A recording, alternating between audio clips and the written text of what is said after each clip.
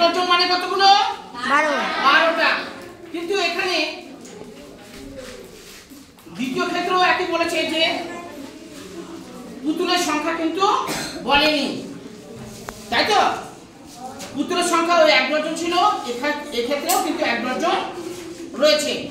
বলেছে যে 2 জন লোককে নিয়োগ করা হলো, অর্থাৎ আরো লোককে দিয়ে কাজ করানো হবে। বোঝা গেছে? নিয়োগ যদি করা হয় তখন আমরা কি করব? আমরা লোক সংখ্যার সাথে যোগ করব। যদি বলে যে অসুস্থ হয়ে গেছে, 2 জন লোক অসুস্থ হয়ে গেছে, সেই ক্ষেত্রে আমরা বাদ দেব।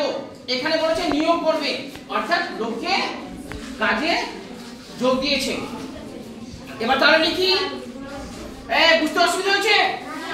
যদি অসুস্থ হয়ে যায়, কাজ করবে না বলে এরকম কেউ থাকে, তখন তাদেরকে আমরা বাদ দেব। যদি আরো লোককে নিয়ে আসা হয় বা নিয়োগ দেওয়া হয় বা নিযুক্ত করা হয়, তখন আমরা যোগ করব। বোঝা গেছে? তাহলে 4 জন লোকের পুতুল তৈরি, 4 জন লোক 1 ডজন পুতুল তৈরি করে 12 দিনে। 4 জন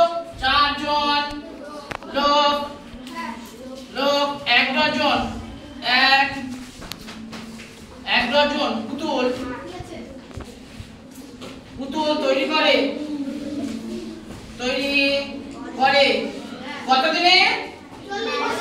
40 দিন নয়, 12 দিন। 12 দিন।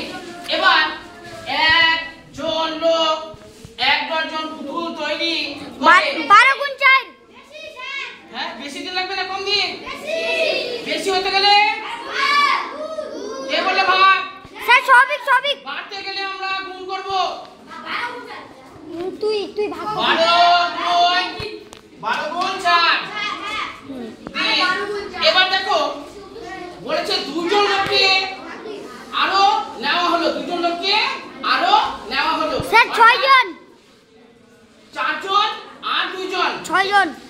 4 যোগ 2 স্যার ব্র্যাকেট দিয়ে দিন। হ্যাঁ, এখানে হচ্ছে 6 জন লোক 1 ডজন পুতুল তৈরি করবে। কম সময় লাগবে না বেশি? কম সময় লাগবে। 12 কমতে গেলে কি করব? দেখো কাটাকুটিটা সহজ মনে হচ্ছে না? হ্যাঁ খুব সহজ। 6 দুগুণে 12। নিচে কিছু থাকলো?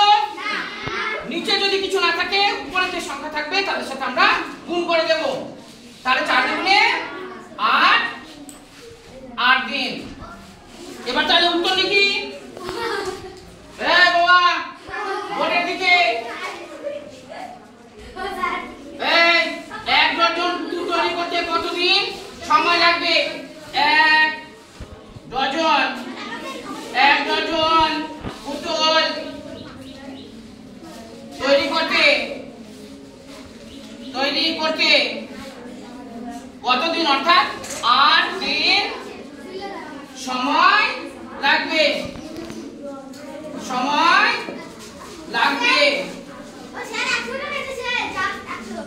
বাবা এদিকে। এবার দেখো আরেকটা প্রশ্ন আছে এর সাথে, আগে থেকে কত কম সময় লাগবে? আগের থেকে